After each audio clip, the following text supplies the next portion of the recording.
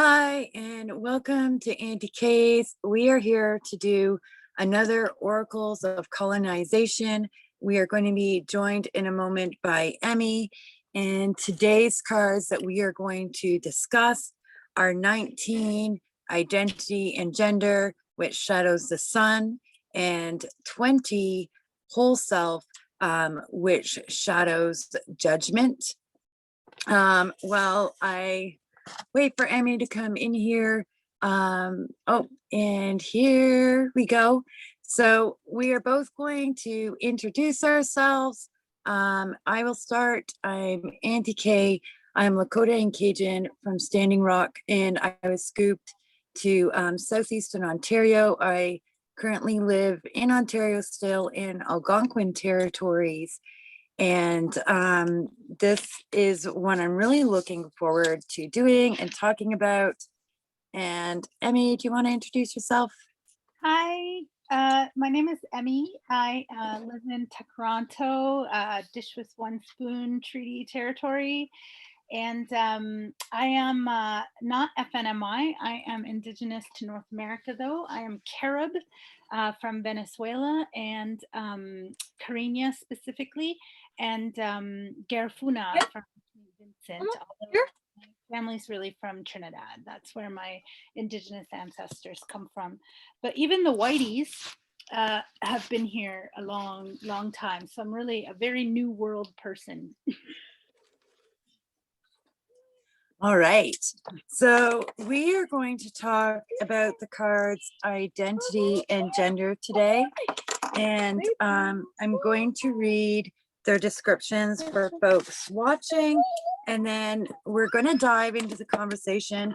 We will start with you diving in because, we're here to get your thoughts and opinions, and I'll talk plenty. I do anyway. So the first one is Identity and Gender. Identity and gender have been cut off, locked in the broom closet, and generally discounted. This, however, was a mistake, for identity and gender have sacred ties to the ancestors and know how to make a comeback. You be you. And whole self is done being divided into multiple identities by society. Whole self will no longer be told they must choose but one colonized identity. Whole self accepts their entire identity and will fight anyone who divides them again. Rise above judgment. Manu, can you take your playing outside, please? I love it. Yeah. So. Yeah, these are probably. It's hard to say, but they're some of my favorite cards in your deck. I got the privilege to get with you, and these ones are extremely meaningful to me. For the topics in them. So I'll tell you something that's interesting that's coming up for me on the identity and gender one right now. So right now, my partner, not as much me, but we own this business together where we do community media arts, and she's doing a project right now where she is talking to residential school and day school survivors who are also Two-Spirit. And I think like one piece that's really interesting, that I know it's nuts, but I had never really explored it before. It's like when we think about day schools and we think about residential schools, we think about the genocide of language and the broken relationships in terms of families, and of course the attack on culture, right? But a piece of that culture has to do with sexuality. And sexuality is part of our culture. And, Christianity, undermined some traditional expressions of sexuality. Sexuality is connected to your identity. It's connected to your culture. So I think a bunch of things. Like, I think, first of all, a couple years ago, as I said, my family like current day lives in Trinidad. My father lives in Trinidad, my cousins, my aunties, like a whole bunch of my family lives in Trinidad. And there's this amazing man named Jason Jones who was born and raised in Trinidad, but one of his parents was a UK national, and he has a UK passport. He lives in the UK. So he is suing he did sue the Trinidad government, because he's saying, I cannot live freely as who I am as a gay man in Trinidad, because you're like, literally, when Trinidad made its constitution, they wrote into the constitution that homosexuality is criminal, is a crime in the constitution. We're not talking the criminal. Holy shit. Yeah, we're talking the constitution, which means that you have to amend the constitution in order to change that. It's not the criminal code, it's the constitution. It's the founding document of the Republic of Trinidad. So that's insane, but it's also a direct, like, what I learned from hearing him talk about his case. And I will tell you that he won the court case in Trinidad, but the government decided to appeal. And Trinidad, because as a colonial state, as a Commonwealth nation, who do they don't have their own. There's very few. It's like Australia and Canada are the only two Commonwealth nations that have their own Supreme Court. So yeah, all the other Commonwealth nations, who do they appeal to? The Privy Council, or whatever it's called, the High Court of the UK. But here's the thing: Trinidad was decolonized in 1962. That's when it became decolonized. right? Well, excuse me, let me say that again. Trinidad became a republic in 1962. England, it's still technically very much a colonial republic. Literally is, regardless of what people want to think. Well, it literally is, because it's still part of the Commonwealth, just like us. It still has the Queen, the figurehead. Like, they still have, like, they have a prime minister and a president, and their prime minister is like our governor general. It's the same thing. It's like a figurehead that represents the Queen. So anyway, so, but here's the thing. So England, whatever, Trinidad became a republic in 1962, and England decriminalized homosexuality in 1964, 2 years later. So what's going to happen when the Trinidad government wastes all its money to go to the Privy Council and argue that the homophobic laws should stay in place, right? The Privy Council, for sure, like, how can it go against its own laws? I mean, so right now it's in a situation where you have this conflict between the colonial government acknowledging its wrongs. So like something like 70% of the world's nations that have homophobic laws on the books were colonized by the UK. That is a direct result of colonialism, is this unbelievable homophobia. It's a legacy of colonialism. And so as I'm saying this, I'm watching my partner learn from the people. And here's the thing, like, this is the other thing we don't get, right? Like, I'm just telling you my eyes open moments, and I feel embarrassed because I should have gotten them earlier. But like, I knew in high school that the last residential school didn't close till 1996. I graduated high school in 1997. Yeah. And you understand, so my partner is in a group with residential and day school survivors, and some of them are the same age as her. You understand? Like, these are her. Oh, I do. Yeah, these are her contemporaries. This is not old people. And this is not as a scoop survivor, I was, a lot of my scoop survivor friends were both residential school survivors and scoop survivors, because it really depends. And I graduated in 1994, And I wrote a paper in like 92 or 93 in a history class about residential schools and how they were still going on. And I failed the paper because the teacher didn't believe me. Like, because the people in Canada weren't talking about it yet. So if they weren't talking about it in the news, that wasn't real. And I was like, did you ever have any Native kids in your class? No? Why? Literally, but Because this they is were in what residential school. that is correct. But this is literally, my partner said to me the other day, like, this is, we're teaching, like, she just went, she did the Aboriginal teachers education program at Queen's, right? And she's like, we're literally teaching residential schools incorrectly because we spend so much time talking about segregation in the United States. And that is actually what residential school policy was. It was segregation. And it continues. And it didn't end until 1996. And it didn't end until 1996. But even so, the way that because I lived in Thunder Bay from 2000 to 2002, and that's when, you know, the children started going missing and turning up dead. If you read Seven Fallen Feathers, the first one was in 2000, and I arrived in Thunder Bay. And it's in that period when Dennis Franklin, which is the First Nation school that's run by Nan, and it was meant to be an alternative so that the Indigenous kids could be together in Thunder Bay, because after grade 10, right, there's no high schools on reserves. Yeah, which always brings the question to me, how do we even say residential schools are over?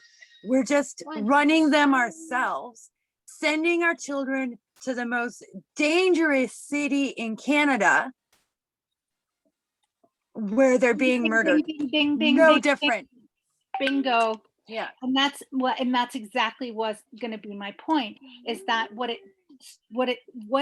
I think DFC was a great idea, and I get why, you know, Nan wanted to do that, except what it meant is that for those kids, you know, so Nan represents a good majority of the treaties inside Northwestern Ontario, but there are still a couple that are not part of Nan.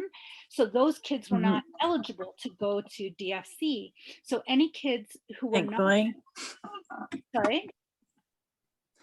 It's sort of thankful they aren't being sent to Thunder Bay. Well, no, but they were still living, like, if you were a Thunder Bay kid and you weren't eligible to go to DFC, then you were still in the same high school, and guess what happened to you? You got beaten up because everybody said, why aren't you going to the Indian school? But to me, like, that should make you wake up to the reality of segregation continuing right, in our education system. It should make you go, like, even the decision in the US, the Ruby Bridges decision to desegregate schools, the judge's opinion had nothing to do with her going to school for her benefit. It was all about, he thought there would be benefits for white kids. Right. And, you know, so even segregation wasn't, or desegregation in the US wasn't even about, you know, freedom and equality. It was about how can this benefit, you know, white kids. And we've seen that in the long run is what desegregation, that is who it benefited. Mom. Really? Oh my God. Yeah. And Don't mind me that way, kid.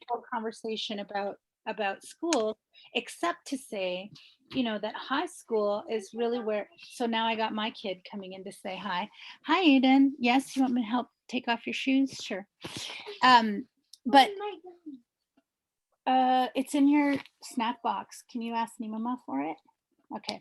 So anyways, but high school is where sexuality starts getting expressed. It's around that age, right? And it's and so to me, it's very connected, right, to how we educate our children about sexuality and identity. That's the other thing. Identity. Teenage identity. That's right, Aiden. No, I know what identity is. Right. So come here. And I like grade 1. You learn about identity in grade 1. So come here. What is identity? Tell us. You learned about it in grade 1. Do you have an identity? Yeah, you do, right? do you identify as Indigenous? Yeah. Yes, you do, right? You're an Indigenous boy, right? Is that right? Yeah, that's right. And so you talk about that because you have an Indigenous teacher, right? Miss Theed? Yeah, she's Indigenous too. Is she Anishinaabe? I don't know. You're not sure, but you know she's Indigenous. And did you play drums with her at school? Two. 2 drums. Two That's pairs. 2 times. All right, bye, Aiden. Oh, look at my. Thanks for adding your, Look at my feet. yeah, your feet are, yeah, you're just because you're doing your shoes too tight. But let me, yeah, dude, okay, just go. Oh my God. Anyways, he's 6 years old, right? And he's got stuff to say about identity because his school is like talking about identity a lot. And he has an Indigenous teacher and she plays drums and yeah, okay, thank you. Just, can you hand it over? We're like literally recording right now, Aiden. Okay. Anyway. Okay. So that's, I think that's why like education and schooling has so much to do with it for me. And it's where, as we know, the genocide was not solely, not only, Yeah. but in schools.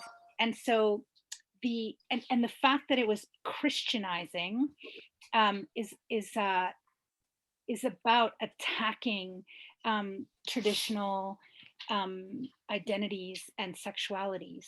And so two-spirit Yeah. is a modern term, right? Like different nations had different whatever, but I'm not such a believer that gender roles were so black and white, right? Hang on a sec. From what I understand about my language, they really weren't. So I know like in my language, our pronouns just,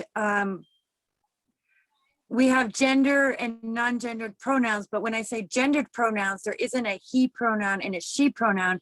There's a singular pronoun to specify a gendered being and a pronoun that specifies non-gendered beings.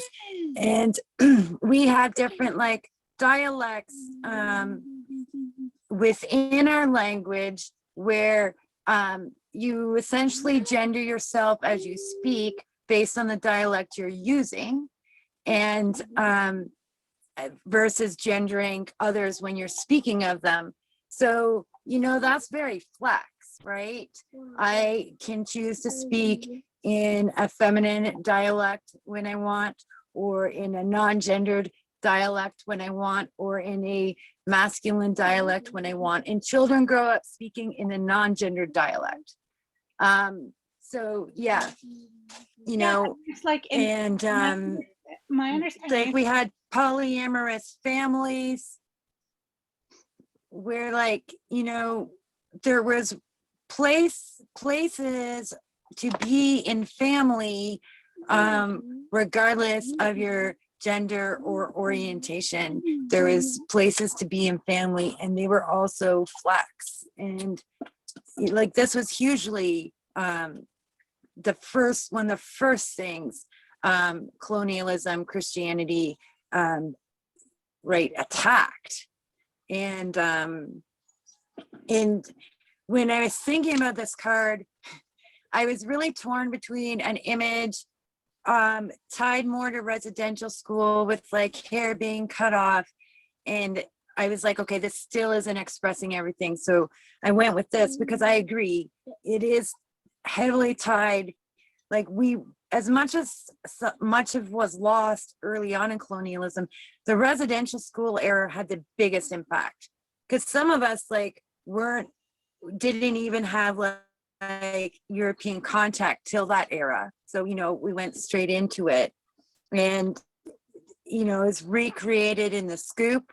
We were raised with like, really white, really religious ideas. Sometimes I'm like, I'm so lucky my parents were complete nutcases to make everything harder to believe, but they had me sign a contract with God when I was 8, my Scoop parents. don't do drugs, alcohol, or have sex outside of marriage. And essentially that was like the end of the conversation. They didn't need to converse further because I signed a contract with God. Can I tell Um, you that I worked at a youth center in Thunder Bay where, in order to participate in the breakfast program, which was, as you can guess, majority attended by Indigenous youth, you had to sign a similar contract to that. I'm not surprised. A lot of really sick core values of my Scoop Parents Church, like you see these recreated everywhere. But I left home at 15. And I'm really thankful that I left home as I was exploring sexuality. Because I don't know what the fuck I would have done inside that home. I have an adopted sister who's 44 years old and never had a relationship. And possibly she's never had interest in a relationship, but I really more believe it has to do with being raised in that ultra religious home with all their ideas about identity and gender and sexuality. Yeah, You know, it is. And it's all. and I think like it could have been me if I hadn't left. That could have been me. Yeah. Okay, let's do the next card. That was a good one. Full Oh self. yeah, this one. Oh man, I'm so into this card. Like, first of all, you have a hijabi Indigenous woman wearing a ribbon skirt. Like that one like blows my mind. And you know, I did this project with Syrian youth back in 2018 where I was helping 50 Syrian youth make stories about their lives. And you know, there's this narrative that goes into this, a lot of newcomer stories around like, thank you, Canada, for being a place that doesn't discriminate and where everybody's equal. And it just so happened at the same time that I was doing a project in Thunder Bay with survivors of sexual violence and Indigenous community. And it happened to be the same moment when the Tina Fontaine decision came out and the Colton Boushie decision came out. And Barbara Kettner got hit in the stomach with a trailer hitch. I mean, literally all those three things were happening. And these stories I was hearing from the Syrian youth and then working with Indigenous youth in Thunder Bay. And I was like, I have to find a way for the Syrian youth to understand. I don't want to take their truth from them. Like, yes, we are not at war and you're not in a whatever, a refugee camp. Like, you are right. You are safer here than you were in Syria or in Turkey or Lebanon or whatever. You're right. I'm not going to take that away from you. But I wonder if you can understand, right? So I took this group of Syrian youth to Tabor Hill Park, which is a Wendat ossuary right near their high school, right near Cedarbrae Collegiate. And I had them stand in a circle and I burnt some tobacco and I taught them that shukran, that miigwech means shukran, right? And then I told them about residential schools. I told them about Tina Fontaine. I told them about Colton Boushie, and then they had these amazing questions for me, right? Their questions were like, it was so interesting. They said, well, how did they take their language from them? Did they send them to another country?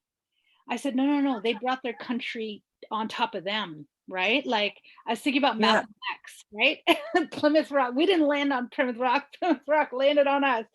And I was like, no. I like that. Yeah, I was like, their country, you know, came and imposed itself on them. And like some of those youth, they're Kurdish. They're not just Syrian, they're also Syrian Kurds.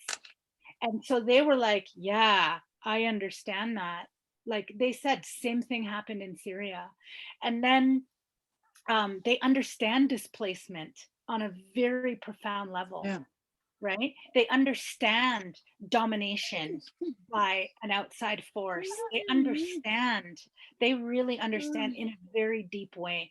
And so then they asked me, how can we help? How can we help?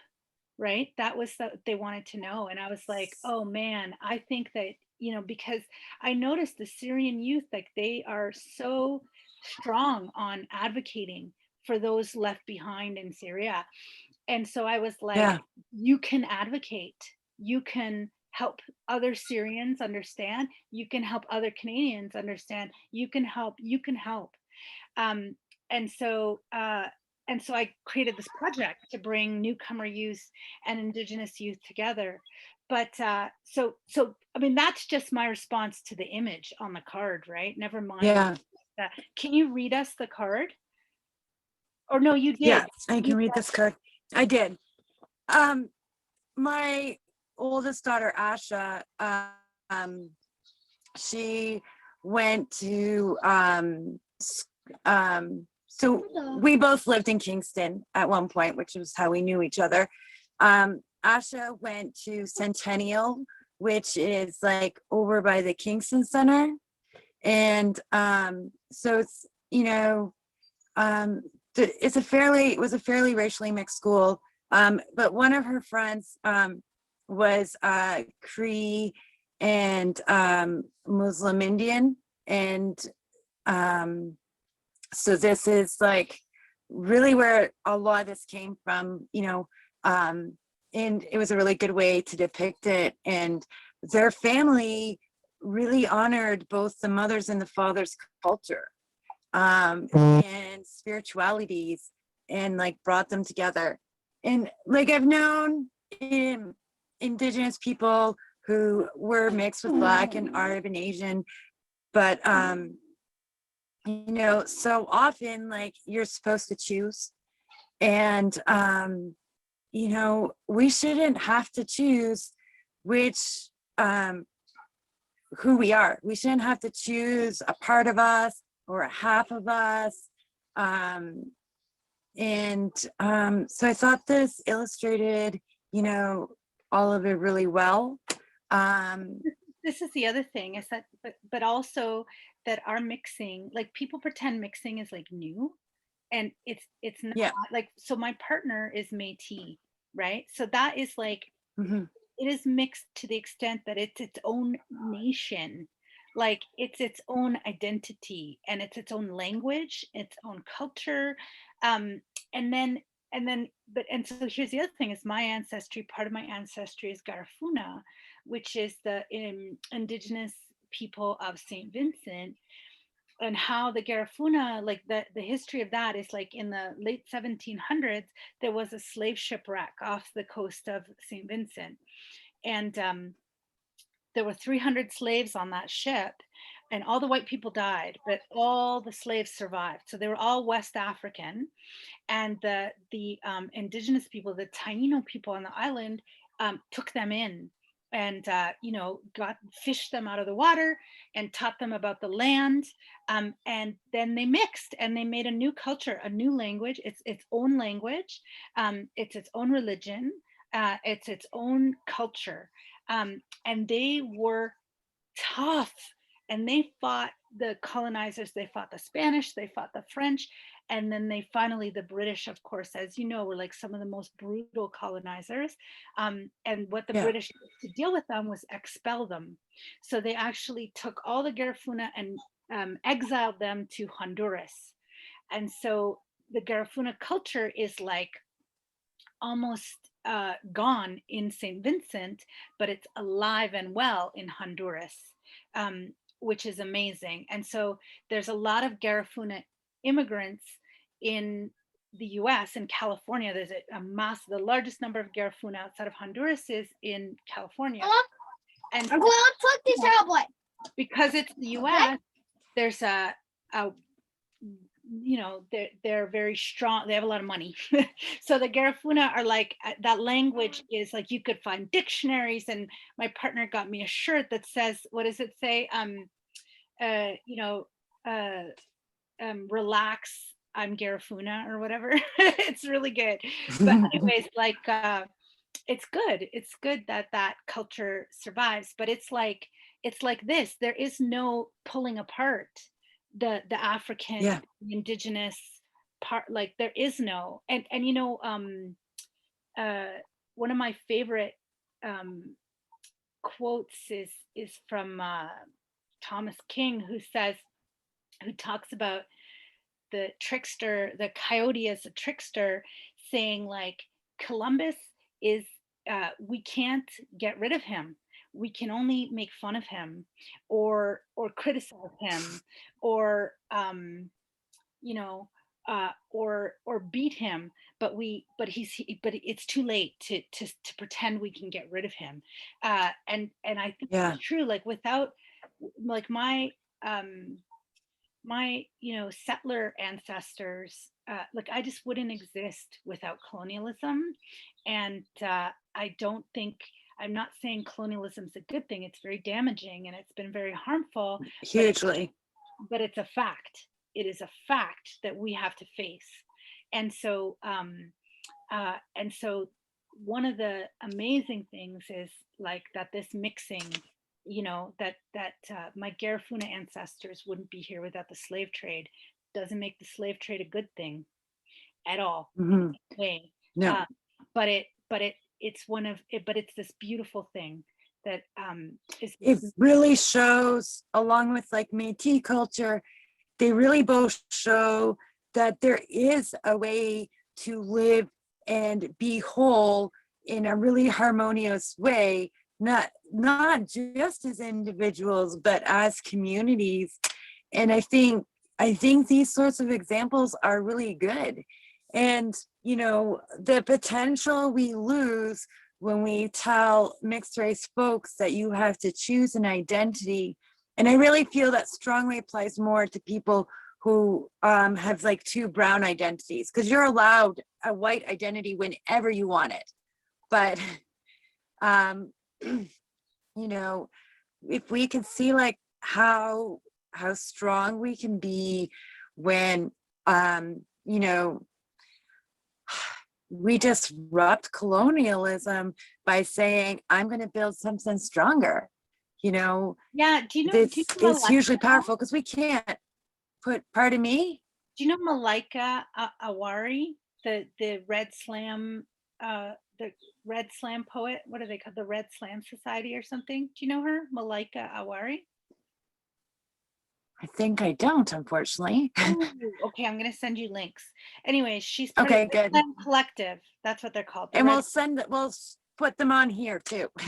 Okay. So send So, me links, I'll add it to this video. okay, perfect. So Malika, I think it's Awari or Anwari. Anyway, she's mixy. She's like Mohawk, I think. Forgive me if I get it wrong, but she's Mohawk and like Afro descendant. And she gave me the teaching that, and I don't know, I can't speak for all 500 nations in North America, but I've heard this from more than just one nation, that when you're Mohawk, you're Mohawk. It doesn't matter if you're mixed. And I've heard the same from Anishinaabe elders. It doesn't, or knowledge keepers. It doesn't matter. When you're Anishinaabe, you're Anishinaabe. It doesn't matter if you're mixed. You can be that too. But it doesn't take away your Anishinaabe or Mohawk identity if you're also mixed with something else. And in fact, my mother would say, that is how colonialism tries to achieve genocide, is by pretending that through mixing you erase the indigeneity of someone. So my mother would always say, for example, oh, people like to say that the Arawak, which is another Caribbean indigenous nation, she says they say the Arawak are extinct, but that is a lie. It is that they are mixed. They are still here, just mixed. And it is the colonizers' intention to trick you into believing that they succeeded in their goal of to erase genocide. To erase. Like these ideas that you were less than hugely come from colonialism, and some people are like, I've been questioned by people who are like, why do you tell everyone you are Lakota and Cajun. It's like, because I am. I'm not half Lakota and half Cajun. I'm all Lakota and all Cajun. Like, it's frustrating. But yeah, like the idea that it makes us less than is part of very specifically Indigenous erasure, very specifically to make our numbers to get rid of us by the numbers, So you that they know, can make it and if anything, there's more of us. Yeah. And like, do folks, especially folks who are mixed white like myself, do we sometimes frequently harm our Indigenous communities? Yeah, but that was taught to us by colonialism to embrace the whiteness. You're white now, you're white now, you're white now. And that reverberates down through the generations, and then you do act white. Okay, But that story could have been for you. different. I got one for you that this is a teaching that I witnessed. Oh my God, it's so painful. Okay. So when I was in university, I went to Trent and I did like a chunk of my degree in post-colonial theory. And we had a trip where a bunch of us went to this conference at Dartmouth University in New Hampshire. And it was called Eating Out of the Same Pot, Relating Black and Indian Histories. And it was talking about this moment of, of colonization and how these two communities were connected. And so there was this woman there who whatever talked about it. And then she did her, brainy academic egghead talk. And then this Cherokee man stood up and he expressed extreme offense at the notion. He said no Cherokee ever sold another Cherokee into slavery. But here's the thing, there was a bunch of Black Cherokees at the conference. And if you understand the Exactly. if you understand the history. Well, it divided those nations. The Cherokee divided, and some of those nations said, fuck you to the rest of the Cherokee. We're becoming a different nation. We're taking our Black relatives with us. We're done with you. And there was a few of the civilized nations that, it wasn't as simple as like they were all that colonized that they did this to each other. They split. And, who got most recognized by the colonizers? The ones who were going to emulate them. And they did. They said, we're done with you. We're not part of your nation anymore. And, when you see like a lot of those nations down that part of the Eastern Seaboard below the Cherokee, they were once part of the Cherokee, and they said, fuck you. Because yes, the Cherokee did do that. And this is the other thing, right? Is that literally what was happening at that moment is that the Freemen Seminoles were being voted out of the Seminole Nation. And why is that? Like, so why? And that also happened with the Mohawks in Quebec. Like, so blood quantum becomes this thing to become scraps that we fight over, that the colonizer gives us this much land and this much resources. And so we want to get people off our rolls. Like, this is what I see with my kids who are trying to get the band won't let them on their rolls, and they don't want them on their rolls because they don't want to share the tiny amount of leftovers of scraps that the Canadian government is giving them. Similarly, I'm half Lakota. I qualify for CDIB in the States. Ahanu's dad was half Cree from Ontario and half Mojave from California, because they were both scooped also. So Corey qualified for full status in Canada, and he would qualify for CDIB in the States. So Ahanu is 3/4 Indigenous by blood quantum. Qualifies for status in Canada, does not qualify for status in the US, even though he's half US Native American, because they take it so far that you have to choose right down to your nation. He can't say I'm 3/4 Indigenous to the US.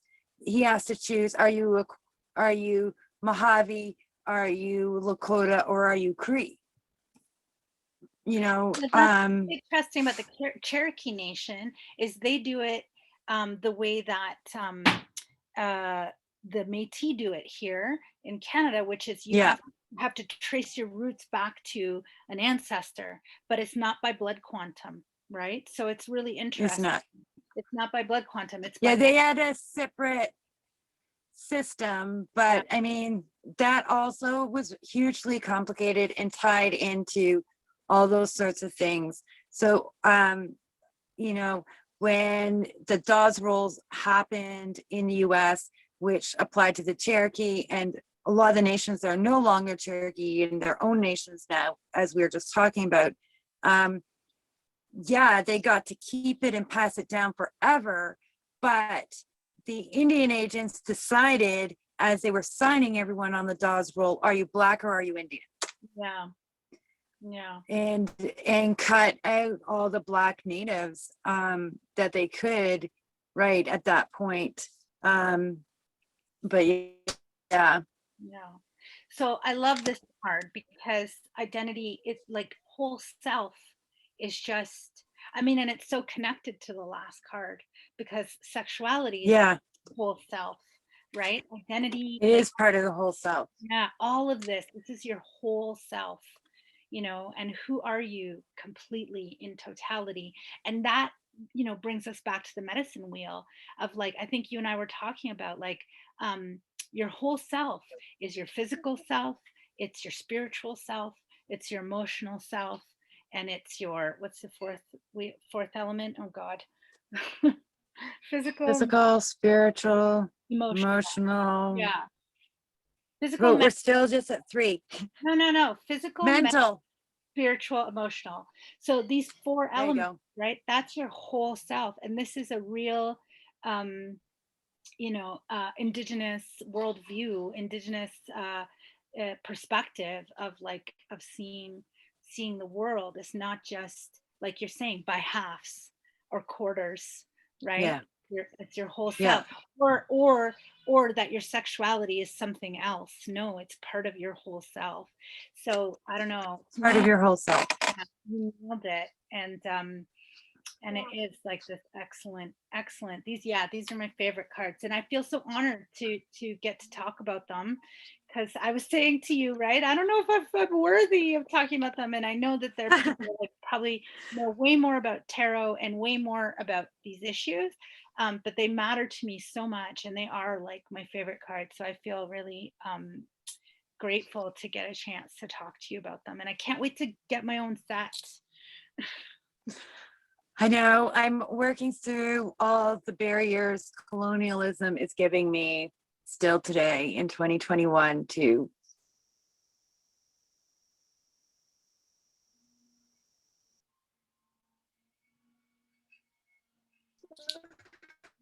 doing that last stage. And my website's about to be the appointment app for like a month. And finally somebody from that website helped me out and fixed it. Listened to me, actually. I just kept getting given the same stuff over again because they weren't listening to me. But yeah, I'm pretty doing the Oracle deck was awesome because I really got to push some more boundaries on what these cards were saying. Because, like, you know, this one goes to the sun, which, amongst other things, talks about like, you know, this where confidence comes from and our happiness and our feeling whole. And, you know, that's been impossible for us for generations because that was taken from us, and now we get to take it back. Yeah. And yeah, and then tying this card in, oh, you know what else I'm going to link in the bottom of this one? Have you heard the singer Mary she sings with Superman sometimes. No, I love She's Arabian native too. Okay. I'll add some links at the bottom. Okay. And you know, this one ties into judgment. Judgment is traditionally about rising up and all that. And you know, and often over your own judgments, which we've had to do and have been doing, I think, a lot in this card, but now like we're rising over their judgments. And I think for Indigenous people, that's how we need to see it. We're rising over other people's judgments.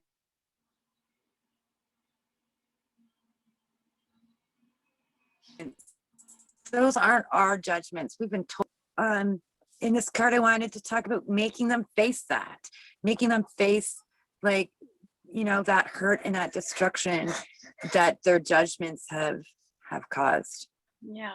Yeah.